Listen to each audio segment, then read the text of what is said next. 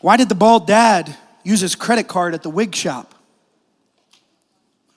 To pay.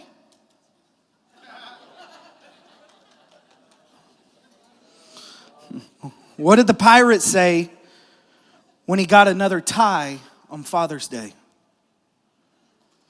Are you kidding me? Come on, these are good. What did the buffalo say when its kid left for school? Dadgummit. It's my last one too. Listen, on Father's Day, I had to do Father's Day jokes. It's only appropriate. You can take those home. You can do those today. But listen, we're glad that you're here today. Listen,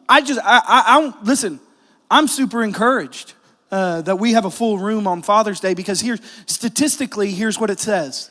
Churches are normally 30% low on Father's Day than what they normally are throughout the rest of the year. And they're normally 30% higher on Mother's Day. And so what it says is moms desire for their families to chase after God, to be in church, to learn, to grow, and they have a spiritual desire and they're spiritually leading the homes. But what it says dads want to do, stay home, grill, go to the lake, do something like that, go play golf, something like that. But listen, I am so thankful that you are choosing Father's Day to start your Father's Day off in church. Because listen, here's the thing. It will make a difference. If you will continue to chase after God, listen, if you will continue to put Him first, if you will continue to seek Him with all of your heart, it will make a difference in your life, in your marriage, in your kids' lives, in your grandkids' lives, in every aspect of your life. If you'll chase after Him. And so today, as I was looking and as I was thinking, what is it that I want to talk about on Father's Day? Today, what I want to talk about is I want to talk about the presence of God. Here's the thing. The presence of God changes everything in our life. There's a story that I'm going to talk about in 1 Samuel chapter 6. It's David. And basically what has happened is the Ark of the Covenant was taken away. David goes to get the Ark of the Covenant. But when David goes to get the Ark of the Covenant, David does not move the Ark of the Covenant the way that the Ark is supposed to be moved, the way that God has said the Ark is supposed to be moved. They put it on a cart. That's not how it was supposed to be moved. While the Ark is being moved, all of a sudden, they hit a pothole, and a guy reaches out, puts his hands up, touches the Ark. When he does, falls down dead. David gets mad. Because they were trying to do a good thing. They were moving the presence of God. See, in the Old Testament, what the Ark of the Covenant represented is the presence of God. That's where the presence of God dwelt. And so they were moving the presence of God back to the house of David.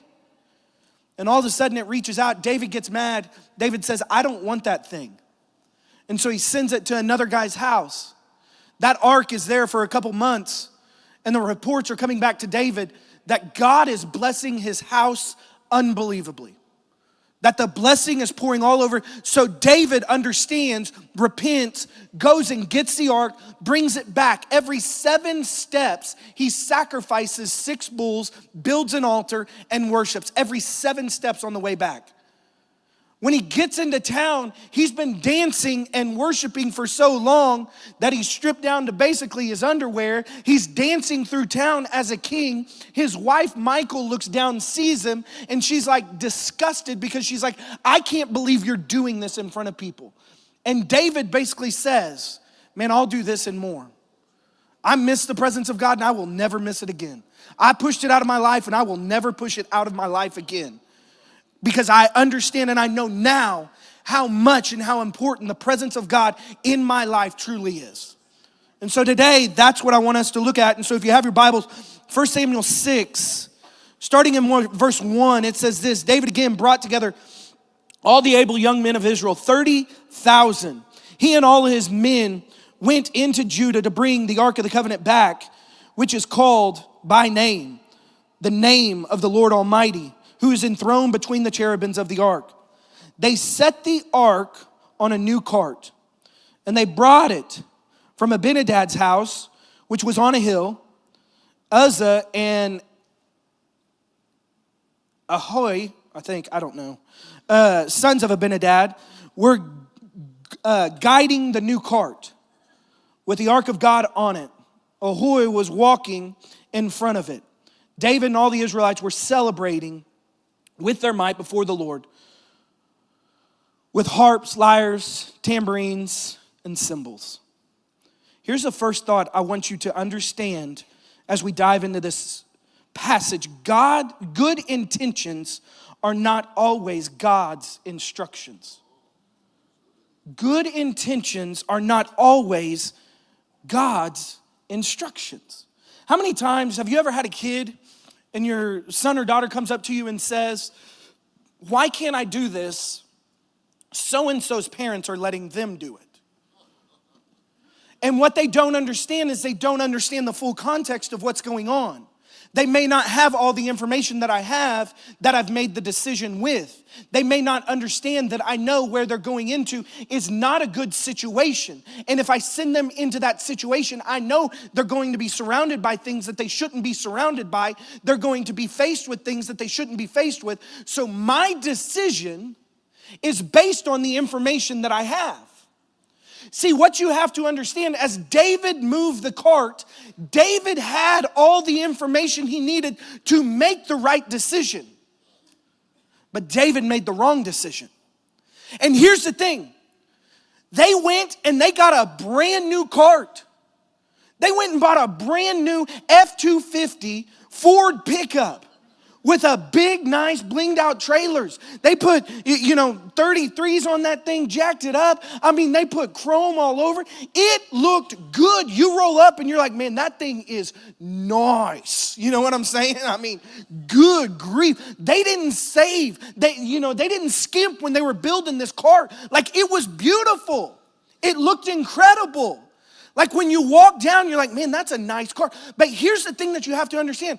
Why had God given instructions on how the Ark of the Covenant was to be moved? Because that's how kings are carried. Because what God was saying is, I'm your king.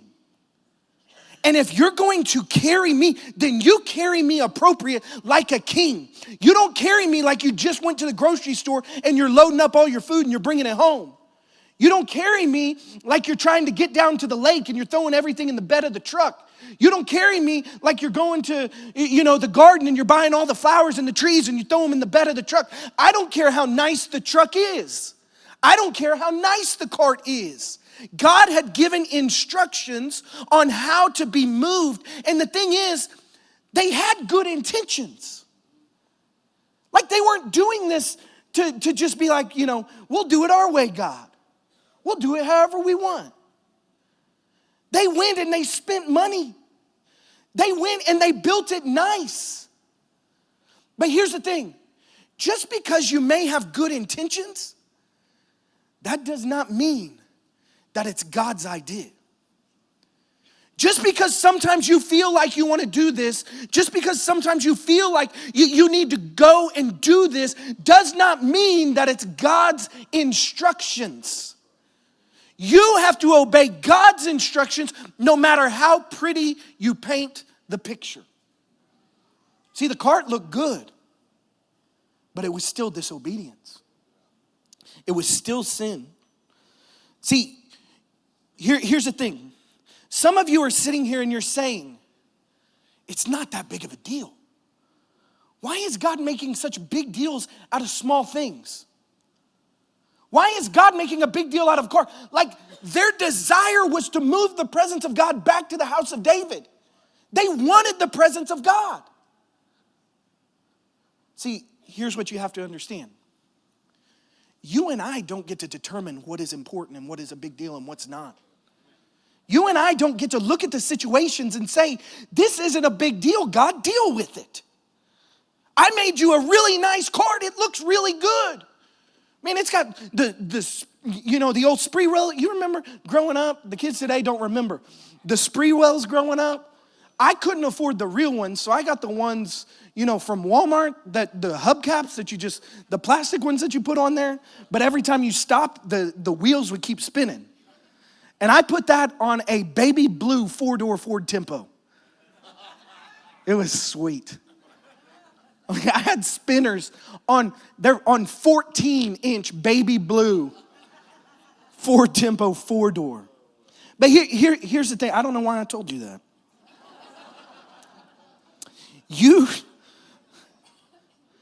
You don't get to tell God what is a big deal and what isn't a big deal. No matter how pretty you make it, no matter how much and how big of a deal you think it is, you don't get to say, God, this shouldn't be important to you. See, here's what you have to understand. As they were dancing around, and I feel like this is what happens a lot of times when we come through the doors of the church. As they were dancing around, David, every 6 steps they stop, they build an altar on the 7th step. They sacrifice 6 different animals. They sacrifice 6 animals. Can you imagine how many dead cows are laying next to the road as they're moving the Ark of the Covenant back? They're trying to honor God. They want to honor God, but they only wanted to do it their way. God will honor you, but I'm doing it this way. God will honor you, but I'm still gonna do this. How many times do we walk through the doors of the church saying, God, I wanna follow you, but.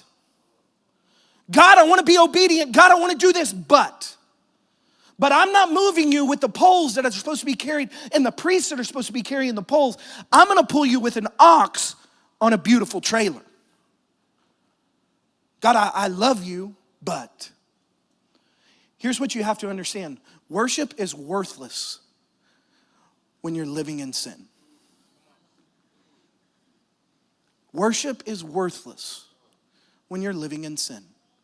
Listen, sin and the presence of God cannot live in the same space. You can't be living in, now, and here's what you have to understand. There's a difference in sinning and living in sin. So understand that. There's a difference.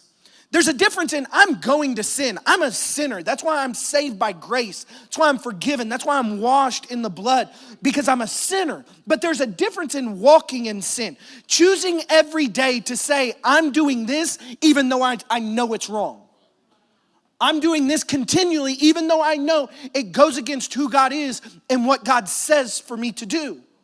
And when you walk in sin, and that's what they were doing. They had the cart and they knew what they were supposed to do, but they chose not to do it. They walked in sin, but yet they tried to cover their sin up by worship. How many times do we walk through the doors and we think, if I just raise my hands a little higher, if I just sing a little louder, if I just cry a little more, then maybe this sin that I'm choosing not to give up will be okay. Maybe God will ignore the fact that He has told us to move the ark a specific way if we worship really well. Listen, worship and sin cannot coexist. When we walk in and when we lift our hands, what we're doing is we're confessing and saying, God, I'm a sinner, forgive me for my sin. But God, I don't want to walk in sin. I don't want to continually live in sin.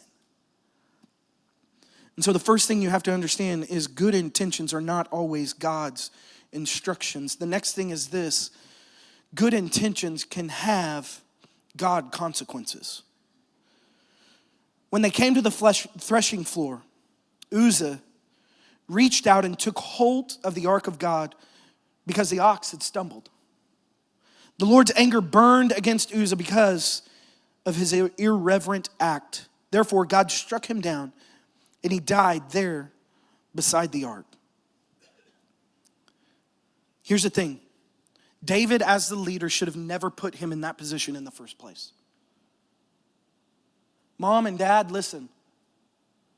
Some of you are putting your kids in a place of sin by what you are allowing into the home. You are the leader. David was the leader. David should have walked up to the situation and he should have said, that's a beautiful cart. It's gorgeous. But you have wasted all your money because that's not the way we move the presence of God. God has been very clear in what he says. But David allowed, as the leader, David allowed this to take place. And now because the leader allowed this in, Uzzah reached out to do something good. He had good intentions. I don't want the ark to fall. I don't want the presence of God to be destroyed. This ark to be destroyed right in front of me. So he reaches out to put his hands up to stop it because they hit a pothole. And he dies. See, some of you are setting your kids up for failures, Dad. Because you give them free and total access to a phone that has some of the most filthy stuff you can ever think of. Now you don't even have to type it in. All you do is push the side and just tell it, hey, look this up. Some of you, the music that's being allowed to go into their ears, and you just think it's not that big of a deal.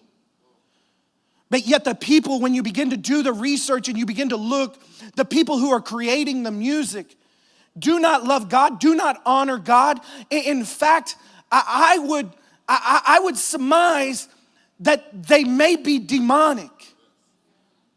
And then the words that they are saying and what is going into the ears and what they're allowed to listen to now begins to go down into the heart. And you begin to wonder, why are they fighting God so hard? Because what's happened is the leaders of the home have allowed them. I want them to have friends. I want them to be popular. I want them to just be able to go and do and just live right now. And then later on, they can get serious about God. When they grow up, they'll lead their family. And the problem is we're watching generations just fall off. Because the leaders are saying, it's okay to put it on the cart. And then we're watching people make mistake after mistake after mistake after mistake because the leaders said it's okay, rather than stepping up and saying something has to be done. We've got to do this different. We can't continue to walk this way. This isn't how we're supposed to move the presence of God. This isn't what's supposed to be in my house.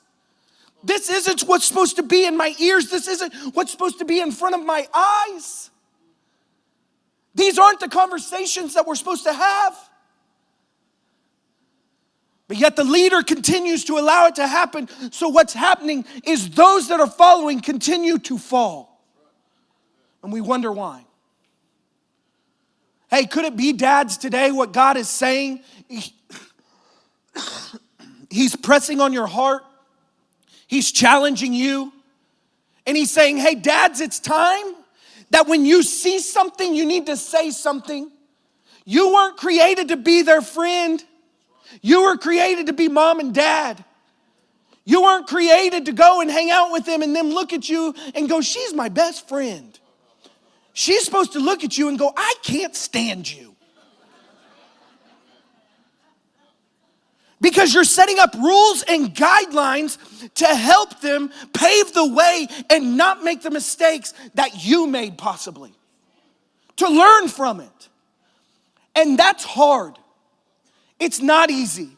Because listen, when I was growing up, what my dad had to deal with me is totally different than what I have to deal with my boys and girls. It's totally different. But it doesn't mean that it's any harder. You still have to get down and dirty and have the conversations and look at them and say, no, you're not going over there.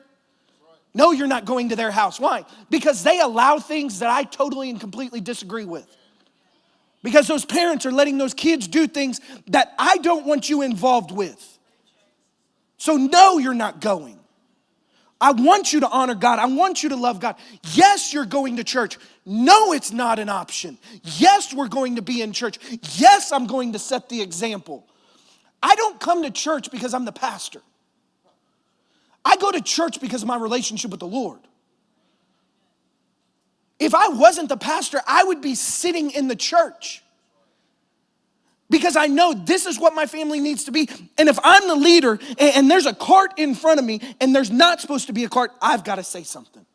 Because I'm not going to let my kids stumble. And that's what David did. David allowed good intentions. Don't let it fall. To turn out to be a God consequence that should have never been there. Thought number 3. God consequences can cause unfair blame on God.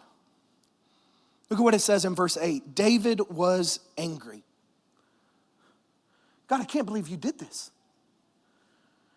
God, we were trying to move your presence back to my house.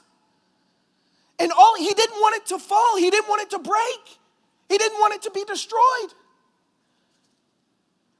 And because he reached out to save it, he died.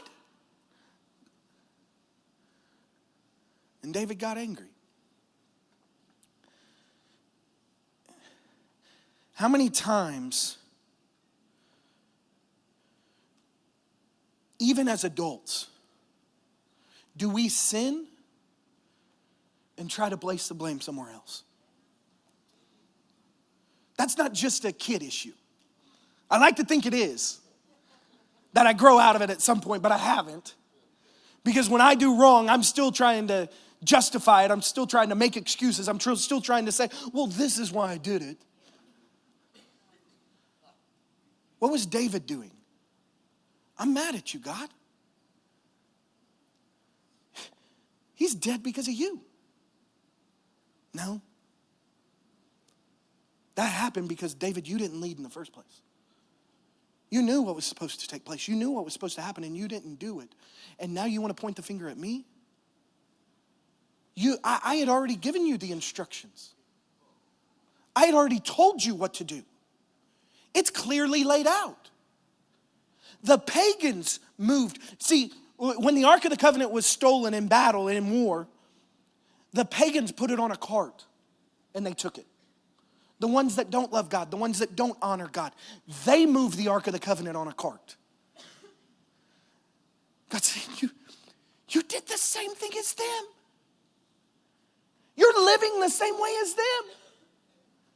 There's no difference. When I look at you and when I look at that, there's no difference. You're just singing a little louder and you put my name in the song. But you moved it the same way. You treated my presence. You treated me as the king that way. And so it says,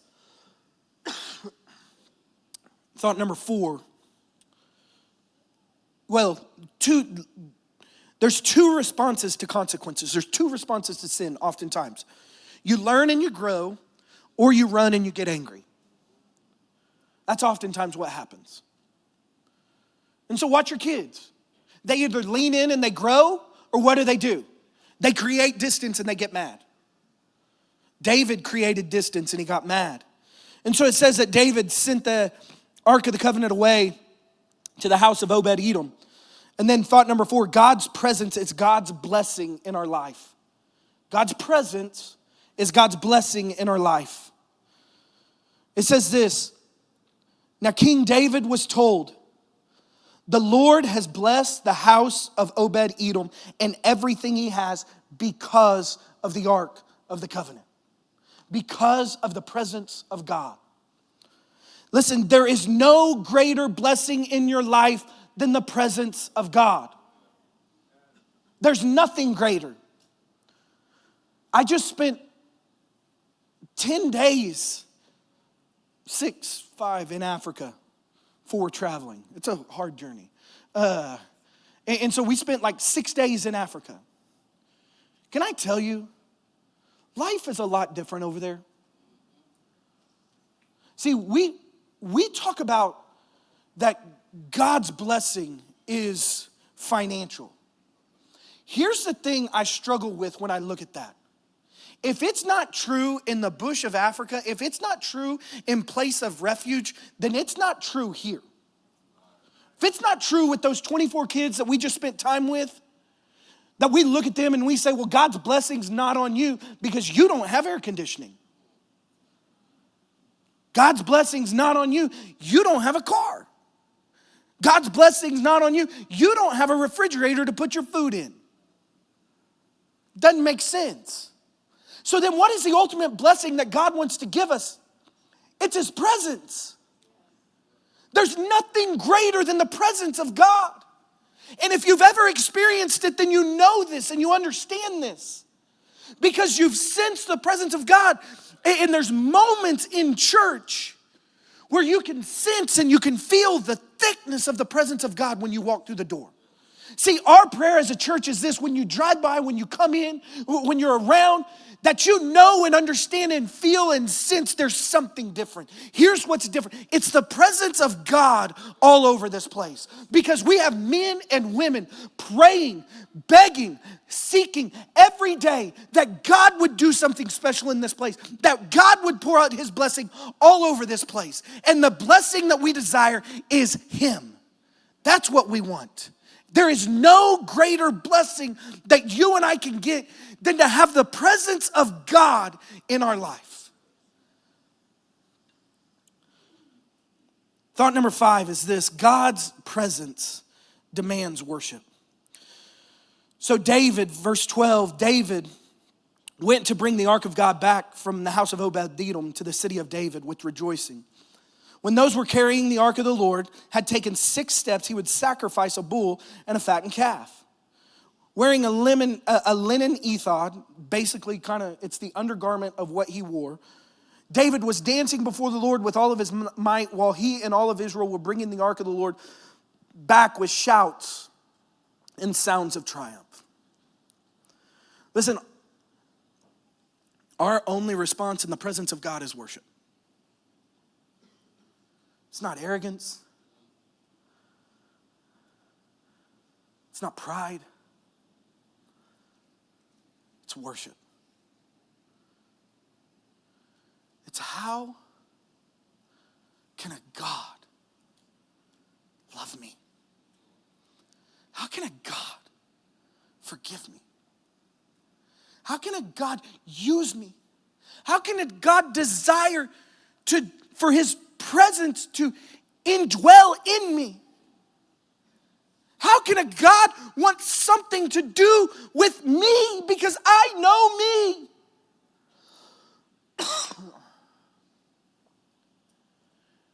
And it's when we recognize that our only response then is worship. See, and what you have to understand about worship is not singing and dancing and praising. Worship is my response saying, God, you are worthy.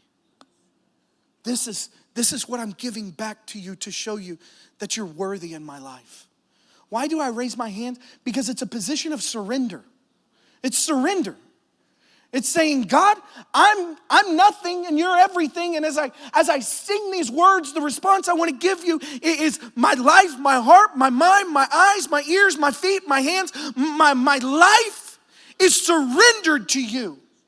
Why do I fall on my face before God, on my hands and my knees? Because sometimes there's a thickness and a presence that's so heavy on me that I can't get up because I just feel the weight of the world and everything that I've done and everything that's going on and everything that God wants to do. And I just am down there and I'm saying, God, I can't, but I know you can. And we worship. Listen, dads, when was the last time your kids saw you worship? Not sing. Not sing. Worship. Showing them that you're not everything, but he is. See, I want my kids to think that there's not a person in the world that I can't beat up, that I'm not stronger than. I want my kids to think that, but I also want them to know that there is a God that humbles me every second of every day. When was the last time they saw you worship?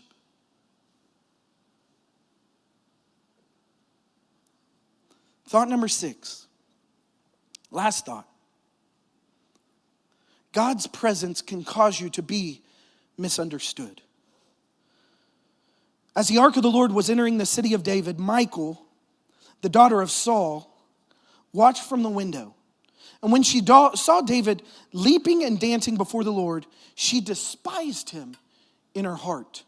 Verse 20, when David returned home to bless his household, Michal, the daughter of Saul, came out to meet him and said, how the king of Israel has distinguished himself today, going around half naked in full view of the slave girls and his servants as any vulgar fellow would. Have you ever just watched something and been so embarrassed? Embarrassed by the acts of what somebody's doing? Growing up, we had a red and white, old school, flat front, diesel Volkswagen van. And my dad was the athletic director and football coach and basketball coach at a private Christian school. My mom was the cheerleading coach there. And so school drop-off was, you would come around and, you've got Mercedes, BMWs, Rolls Royces lining up to drop kids off. We come, in the diesel short bus, red and white Volkswagen van, 5 on the floor. That big stick shifter. And when you hit it, it's loud, it just taking off. Well, something happened one day. I don't know what, but the latch on the door broke. And we had to go to school, and it's one of those sliding doors. Y'all don't even know, it's the sliding door. There wasn't a button for this in that day. Man, you had to swing that thing as hard as you could, and sometimes it wouldn't latch, so you'd swing it again. And we kept swinging it, and it wouldn't latch. And so my dad's like, we got to go. So they come up with a plan to get a piece of rope, to put my mom in the front seat, to tie the rope to my mom to keep the door closed. The problem was they tied a knot like a lasso. So every time that door, we would take off that door, you'd get up to a light and that door, you'd take off and it'd just swing open and you're just like, God, hi guys. Trying to keep your head down and it just, whoo, bam, bam, bam. Every time you hit that clutch. And you're just driving down the road. Well, it's a lasso. So it's just getting tied on my mom. So she's about to pass out. She's losing oxygen. She can't hardly breathe because she's in front because that thing's so tight on her. Well, now we're getting close to school. And I had considered I'm jumping out on the highway. I don't know what's going to happen, but I'll walk. I don't know. I'm not pulling up to school like this. And we pull up to school with my mom tied to the door of the Volkswagen. All my friends are like, why are you untying your mom to get out of the car? I'm like, have you ever, just the embarrassment. I'm like, I'm not going back to this school. Dad's like, you don't have an option. I'm like, And so, you're embarrassed. Michal, being the queen, felt like as a king, you present yourself one way. As a king, you act a certain way. As a king, you're supposed to be dignified. And David, you're dancing around in front of all them. You've lost everything. You've lost all control. You've lost everything. Nobody respects you. And David says, I'm not looking for their respect. I moved the presence of God out of my life. And I don't care what anybody thinks, except the God in heaven. See, a lot of times what we do is we judge people in their worship. A lot of times what we do is we look in judgment on people as they come forward and they begin to weep and they begin to cry. And we look at somebody like Hannah. We say, why is she drinking so much and coming to church when really it had nothing to do with alcohol? She was broken. I don't know how many of you have ever needed to just say, God, I just want to worship you, but I'm more concerned about what other people think than just actually being able to express to you how much I love you. Because what we do is we fear how other people are going to judge us. He's a dignified person. He's a leader in the home. He's a business owner. She's a mom. She's running a business. She's leading a home. How can they act that way? How can they lose control of their emotions? How can they raise their hands? How can they fall on their knees? How can they act like that? Here's why, because you don't know where they've been. You don't know the demons that they've been fighting all week long. You don't know what it's been like as they've been on their knees and they've been begging and they've been crying out to God, and they're looking for an answer. They're looking for God to do something. They're looking for God to show up. You don't know how many times I've had worship sessions in the hospital hall where I'm on my knees and my hands are raised and I'm just got tears running down my face as people are walking by, and I don't care. Because in that moment, what I need the presence of God in my life, and God is the only answer that I can have, and I don't care what anybody else thinks. I've been in my car sitting at stoplights and just crying and lifting my hands, and people look over at me and they're like, "Are you okay?" I'm like, "It's God." And so many times what we do, rather than look and say, "I want to worship God. God, I've been fighting your presence. And to know you, God, that's what it's all about. And God, I'm so grateful. God, I'm so grateful that as I sit over there in that chair, God, before I get up and preach, I take communion every Sunday before both services, just cleansing, purifying my heart and my mind as I stand up here. And I'm so grateful that as I do that, I know the hardness of my heart is chipped away to a purity because of the righteousness of Christ that indwells me, because of what Jesus has done on the cross. And I am so grateful. And so I worship because I know I'm unworthy. Even as a pastor, to stand on stage, I know I'm unworthy of a perfect, holy, righteous God. But I'm grateful. That's why I worship. Dads, when was the last time your kids saw you worship? When was the last time? Listen, what if we began to be a church of men who led spiritually, who worshiped unashamedly? I don't care what you think. I mean, you can think I'm a sissy, you can think I'm a wimp, you can laugh at me, you can do whatever you want, but here's what I know. I am a sinner saved by grace. And I am grateful. I'm grateful. Because I'm fighting demons. And my God is one. And I am so grateful for that. Will you pray with me?